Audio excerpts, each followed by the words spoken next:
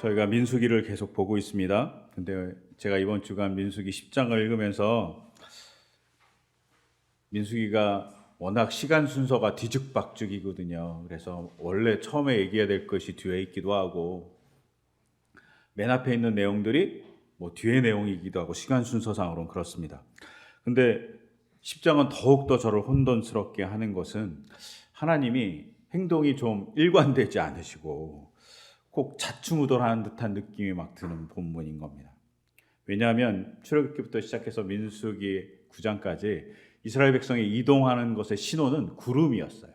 그래서 성막에서 구름이 떠오르면 이동하고 구름이 또 내려오면 진을 치고 그렇죠. 그렇게 신호를 구름으로 주셨습니다. 그런데 난데없이 지금까지 한 번도 등장하지 않았던 나팔이 등장합니다. 나팔을 불면 회중들이 두 번 이렇게 회중들이 모이기도 하고 진을 출발한다고 되어 있습니다. 10장의 내용, 오늘 읽었던 내용의 나팔의 기능을 대충 정리하면 이렇습니다. 첫 번째는 두 개의 나팔을 길게 부는 거예요. 나팔은 아마도 한 45cm에서 한 35cm 정도 되는 긴 나팔, 그리고 정말 나팔꽃같이 끝은 이렇게 벌어져 있는 나팔이었을 거예요. 은으로 된 이 긴 나팔을 두 개를 만들었는데 두 개를 길게 물면 이스라엘 사람들이 다 회막으로 모이는 겁니다. 또 그 중에 두 나팔 중에 한 개를 또 길게 불면 이스라엘 백성 중에 지도자들만 모입니다. 그리고 나팔을 짧게 불면 한 번 불면 동쪽의 진이 이동합니다. 그리고 다시 한번 나팔의 불을 짧게 불면 남쪽의 진이 아마 마지막으로 이동한 것 같아요. 그리고 다섯 번째는 뭐라고 되어 있냐면 이스라엘 백성에게 적이 막 쳐들어와요. 그러면 나팔을 짧게 불라고 합니다. 그러면 하나님께서 기억하셔서 도와줄게, 이렇게 기록되어 있습니다. 여섯 번째는 경축일, 그러니까 절기 같은 걸 거예요. 그리고 정기적으로 모이는 날, 뭐 안식일이나 안식년이나 이런 거겠죠. 그리고 매달 초하루, 매달 1일에 하나님께 나팔을 불라는 거예요. 언제 부냐? 제사의 제물을 앞에 놓고 제물을 막 태울 그쯤에 태우면서 나팔을 불라는 겁니다. 그러면 하나님께서 뭐라고? 너를 기억할 거라고 얘기하고 있습니다. 이 여섯 가지의 나팔의 기능 중 네 개, 첫 번째부터 네 번째까지 이 네 개는 다 어떤 면에서는 이동에 관련돼 있어요. 성막을 언제 이동시켜야 될지, 아니면 백성이 어떻게 이동해야 될지 얘기하는 겁니다. 즉 구름의 기능을 또 나팔보로 하라고 얘기하는 거죠.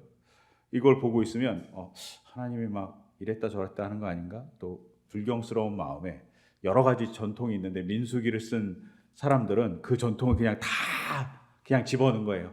구름 전통도 있고 나팔 전통도 있는데 그냥 다 쓴 거 아닌가? 뭐 이런 생각도 들고, 혹은 하나님도 광야 생활은 처음이라 갖고 이랬다 저랬다 하시는 거 아닌가? 뭐 이런 불경한 생각도 들어요. 그런데 어느 순간 이 본문을 설교를 준비하기 위해서 묵상하다가 그냥 기능과 여러 내용만 알다가 갑자기 훅 뭐가 들어왔냐면 하나님이 되게 섬세하시다, 이런 생각이 드는 겁니다. 섬세하신 하나님이 저한테 다가오는 겁니다.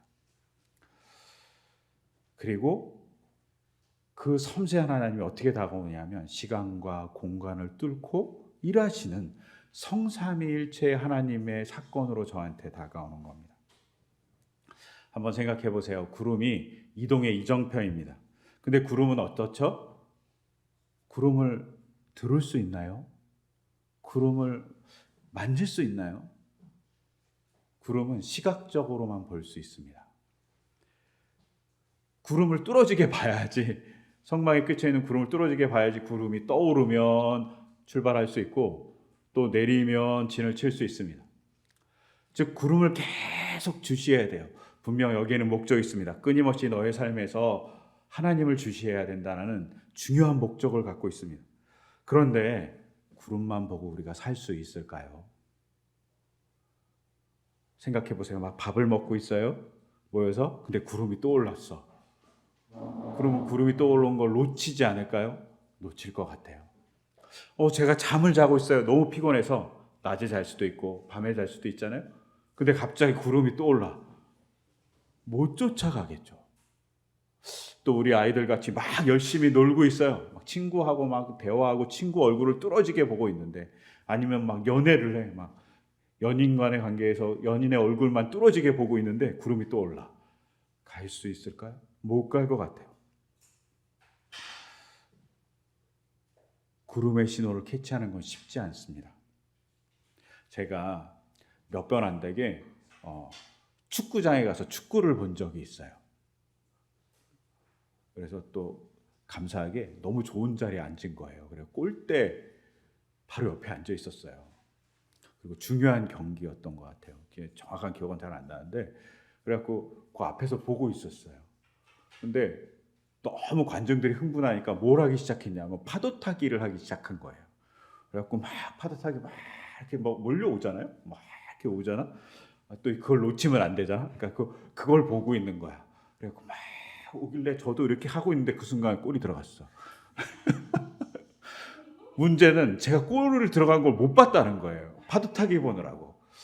골을 들어갔네? 근데 문제는 테레비는 리플레이를 해주잖아. 골 들어간 거를 이렇게 보여주고, 이건 뭐 직관했는데 골 들어간 걸 다시 볼 수도 없잖아. 야, 그때 그 서운함은 이루 말할 수가 없는 거예요. 내가 돈 내고 들어왔는데 못 본 거야, 골 넣은 거를. 야, 이건 너무 억울하지 않습니까? 이럴 수 있다는 거죠. 하나님의 진의 이동을 표기하는 구름이 떠오른 걸 못 볼 수 있어요. 이에 비해서 소리는 어떤가요? 제가 딴짓을 해도 들을 수 있습니다. 제가 다른 곳을 보고 있어도 들을 수 있습니다. 보는 거는 놓칠 수 있어도 듣는 거는 들을 수 있습니다. 그러니 우리가 어떡합니까? 전쟁이 나거나 무슨 큰 일이 나면 사이렌이 막 울리잖아요. 알려주려고. 요새는 핸드폰도 막 울리잖아요. 재난 문자 막 울리잖아요. 알려주려고, 소리로. 사람이 눈으로만 확인할 수 없기 때문입니다. 하나님이 보니 주시하지 못하는 이스라엘 백성에 또 하나의 신호를 주고 싶었던 거죠. 소리로 하나님의 이동을 알려주고 싶은 겁니다. 이 말은 뭘까요? 하나님께서 이스라엘을 이집트에서 탈출시켰습니다. 그리고 그 탈출시킨 이스라엘 백성을 모두 어디다? 가나안 땅, 젖과 꿀이 흐르는 그 가나안 땅으로 인도하고 싶은데 어떻게? 낙오자 없이 인도하고 싶으십니다. 그러니 구름을 주시하지 못하는 백성에게 다른 수단으로 알려주시는 거죠. 소리로 말입니다. 제가 가끔 운전을, 여러분들도 다 아시죠? 운전하다 보면 가끔 신호에 걸려 있잖아요. 신호에 걸려 있으면 가끔 이렇게 신호등을 보고 있다가 딴 생각을 해갖고 신호등이 바뀐 걸 모르는 거예요. 그러면 어떻게 되죠? 뒷차들이 난리가 납니다. 빠바박 막 하잖아요. 그러면 미안하다고 깜빡이를 켜고 갈 수 있잖아요. 제가 잃어버린 보는 것의 신호를 소리가 알려주기도 합니다. 하나님 그러시는 거죠. 소리로 알려주고 싶은 거예요. 누구에게? 이스라엘 백성에게. 왜? 낙오자가 없게 하기 위해서입니다. 사랑의 하나님의 배려인 거죠. 이스라엘 백성을 끌고 가시는, 광야에서 끌고 가시는 하나님의 섬세한 사랑입니다. 근데 이 본문을 읽다가 갑자기 예수님이 다가왔습니다. 마가복음 1장을 보면 예수님이 제자들을 부르고 또 치유해 주시고 또 사람들에게 복음을 선포하는 내용들이 쭉 나와 있습니다. 근데 예수님께서 어떻게 하냐면 마가복음 1장에 보면 복음을 선포할 때 어디서 선포하냐면 예루살렘에서 선포하지 않습니다. 갈릴리에서 선포하십니다. 근데 예수님이 마가복음 1장에 의하면 세례요한한테 세례를 받았어요. 어디서? 요단강에서. 예수님의 세례터라고 알려진 것이 두 군데 있긴 하지만 예수님이 시험 받은 곳은 여리고 근처이거든요. 이렇게 보면 예수님이 세례 받으신 곳도 여리고 근처일 것 같아요. 그리고 지금도 이렇게 이스라엘 성지에 가면 그 근처에 세레터가 있습니다. 즉 예수님이 갈릴리에서 얼마를 내려오셨냐면 약 140km를 내려왔습니다. 한 1000안 정도까지 내려온 거죠, 서울에서. 그런데 거기서 세례를 받고 시험을 받으셨어요. 그리고 이제는 하나님께 인정을 받아서 하나님의 복음을 전하는 시점이 되어서 복음을 전해요. 근데 예루살렘에 가지 않아요. 가까운 예루살렘에. 여리고에서 예루살렘 올라가긴 그렇게 어렵지 않아요. 계속 한 1000m 올라가야 되지만 그래도 멀지 않아요. 근데 다시 예수님이 140km를 걸어서 다시 갈릴리로 가시는 겁니다. 갈릴리 가서 제자들을 부르십니다.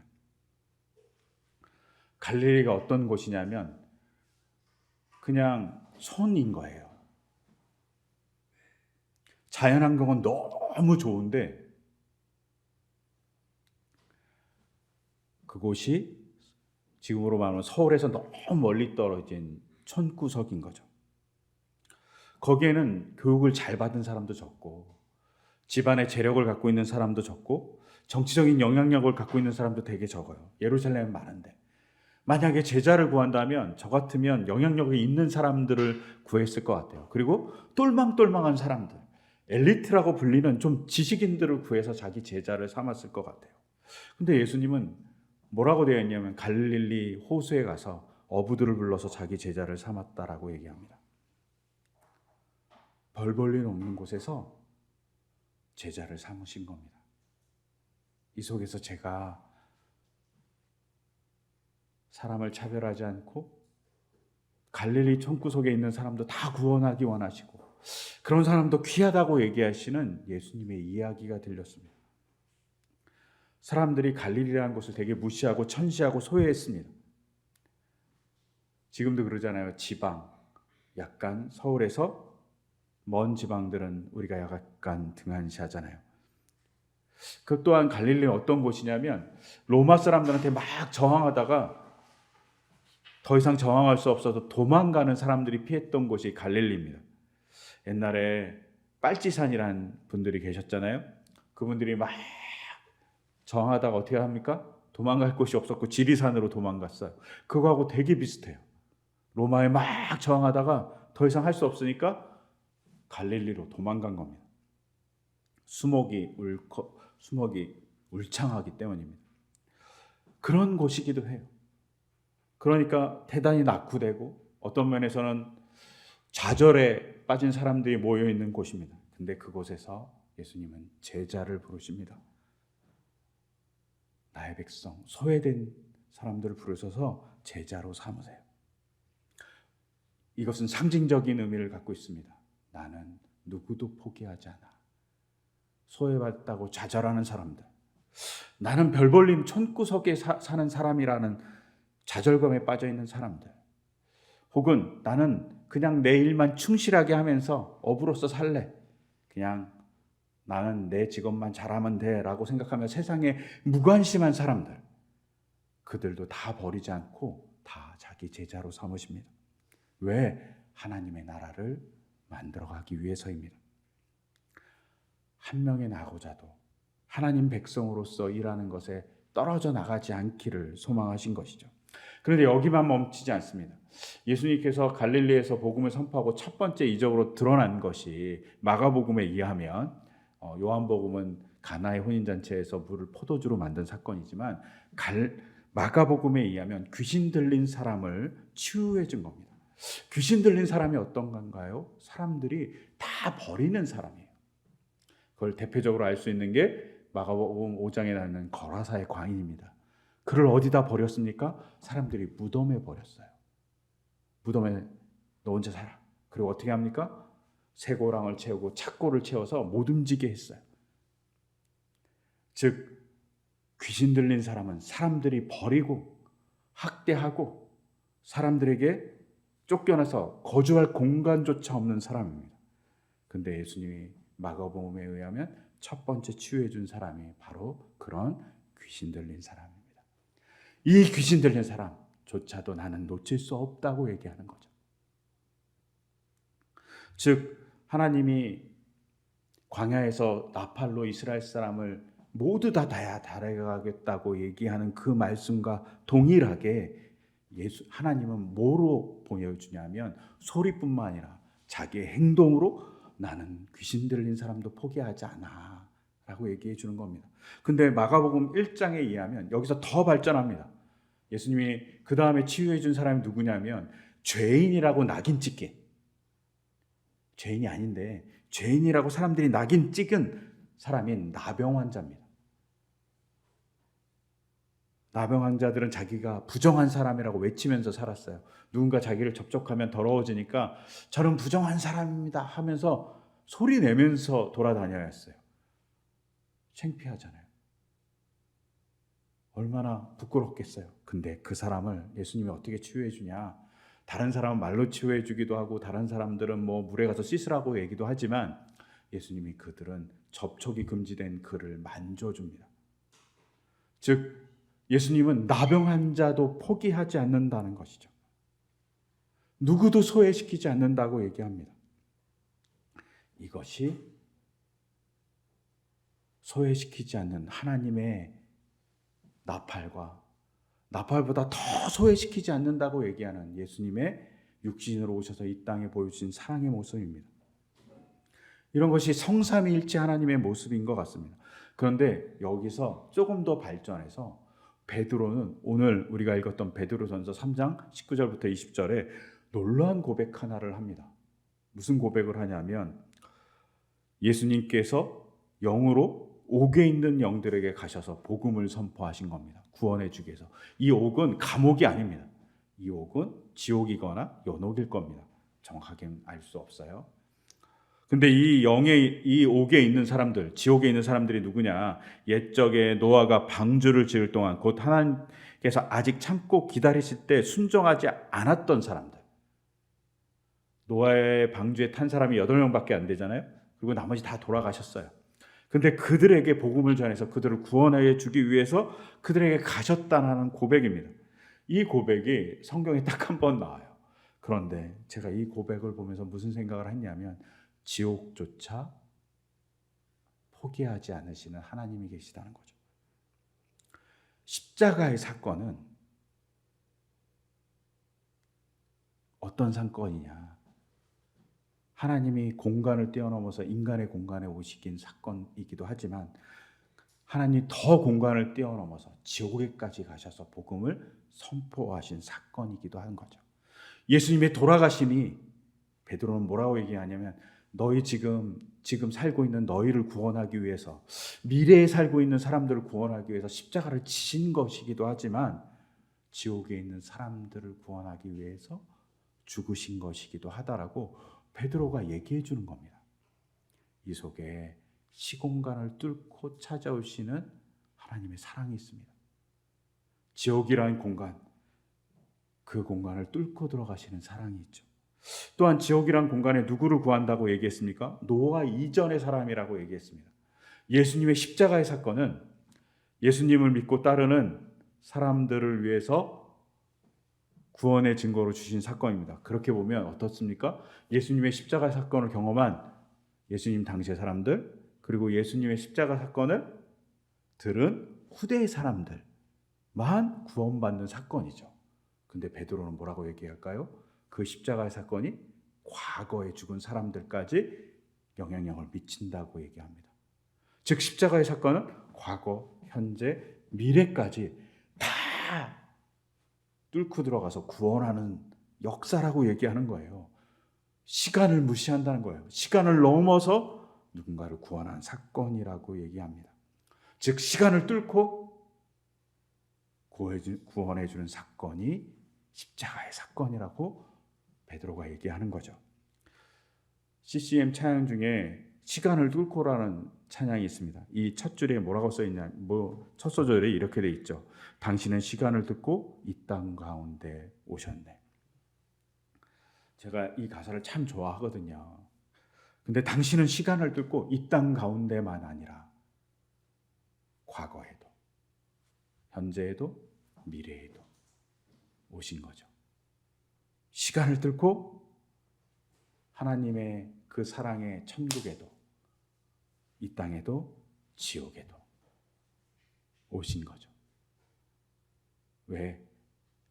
누구 하나 포기하지 않음을 보여주기 위해서입니다. 그리고 그 누구 하나 포기하지 않음을 이야기하는 것이 이거잖아요. 우리가 오늘 읽었던 누가복음 15장의 잃은 양 비유죠. 잃은 양을 찾고 있는 주인, 그것이 나라고 얘기하고 있죠, 예수님께서. 그래서 나는 시간과 공간을 뚫고 잃어버린 양들을 찾으러 다닌다. 하나도 포기하지 않겠다라고 얘기하십니다. 이것이 나팔의 의미와 그 나팔의 의미를 삶에서 보여주시는 성삼위일체 하나님의 사랑의 모습이죠. 그런데 여기서 하나 더 우리가 잘 봐야 될 것이 있습니다. 나팔은 누가 불까요? 하나님이 불까요? 천사가 불까요? 오늘 본문에 의한 나팔은 제사장들이 붑니다. 사람이 부는 겁니다. 나팔을 불 사람을 필요로 한다는 겁니다.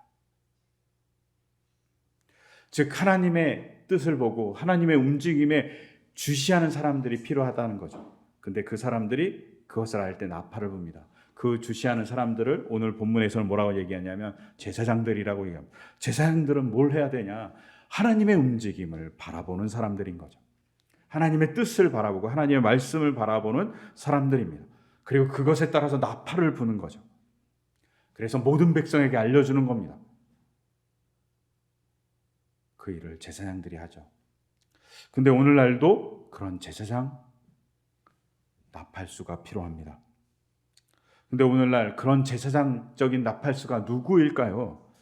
지난주 우리는 종교개혁에 대한 이야기를 했습니다. 종교개혁의 중요한 것이 뭡니까? 만인이 제사장이라는 겁니다. 만인이 사제라는 겁니다. 이 전통을 갖고 있어요. 이 전통 안에 우리가 있으면 어떻게 됩니까? 우리 모두가 나팔수입니다. 어떤 하나님의 움직임과 하나님의 가르침과 하나님의 신호를 사람들에게 알려주는 나팔수가 바로 우리라는 겁니다. 누구에게 불어야 됩니까? 제사장들이 백성에게 불었습니다. 그러면 마찬가지로 우리도 백성에게 불어야죠. 누구의 백성? 하나님의 백성입니다. 전 인류가 하나님의 백성이라고 우리가 고백하잖아요. 그러니까 선교 가고 그러니까 전도하는 거잖아요. 그러니 전 인류, 우리 친구, 우리 동네 사람, 우리 회사 사람에게 나팔을 불어야 됩니다. 하나님의 사랑을 전하는 사람이 되어야 되는 거죠. 우리가 개혁교회라면, 종교교회의 전통을 따른다면 당연히 그것이 우리여야 합니다. 근데 나팔을 불 때 어떻게 해야 됩니까? 단순하게 예수님 믿으세요 라고 얘기하는 걸 넘어서야 합니다. 당연히 예수님의 복음을 전하고 사랑을 고백하기도 해야 됩니다. 이것이 중요합니다. 그러니까 예수님의 사랑을 느꼈던 많은 사도들이 복음을 전하기 위해서 전 세계로 흩어져 갔던 것이죠. 그런데 종교개혁자들은 여기서 한 가지 더 중요한 것을 하나 바라봅니다. 뭐냐? 각자의 직업에서 하나님의 사람답게 살면서 하나님의 사랑을 증거하는 것이 진짜 소명이고 진짜 제사장적 역할이고 그것이 나팔을 부는 행위라고 얘기합니다. 루터가 직업에 대해서 얘기하면서 소명론을 얘기해요. 이 직업이 각자 갖고 있는 직업이 하나님께서 자신의 이야기를 할 수 있는 하나님의 이야기를 할 수 있는 통로라고 얘기해 줍니다. 그래서 루터가 다음과 같은 이야기를 했다고 해요. 제가 읽어드리면 이렇습니다. 한 요정이 주인의 명령과 직무에 따라 마구간에서 똥을 치우고 있다면 그것이야말로 천국으로 가는 직선로를 제대로 찾은 것이다. 반대로 자기 직무가 무엇인지 자기가 할 일이 무엇인지 알지 못하면서 성지나 교회당으로 가는 이들은 천국이 아니라 지옥으로 가는 직진로에 서 있는 사람들이다. 무서운 말이죠. 똥을 치우는데 하나님이 이 일을 시켜서 세상을 아름답고 깨끗하게 만드는 게 내 임무야 라고 생각하는 사람들이 있으면 그 사람들은 천국으로 간대요. 천국에 가는 직진로에 서 있다는 겁니다. 근데 아무리 좋은 일을 해도 자기가 왜 이 일을 하는지, 왜 하나님이 자기를 통해서 이 일을 시키는지 모르고 그냥 하면 그것은 지옥으로 가는 직진로에 서 있다고 얘기합니다. 루터는 되게 중요한 얘기를 한 거죠. 나팔수로서 어떻게 살아야 되냐? 분명 복음을 직접적으로 전하는 일도 중요하지만 자기 직업 안에서 하나님의 나라를 이루기 위해서 어떻게 일하는 것이 중요한지를 생각하면서 사는 사람들이 나팔수다. 하나님의 복음을 전하는 사람들이다. 라고 얘기하는 부분이 존재합니다.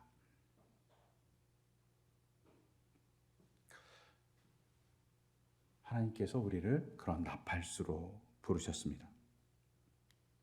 제가 이번 주간에 연수를 갔다 왔어요. 많은 사람들을 만났는데 대부분의 사람들은 복지 관련된 일을 하는 사람들이었어요.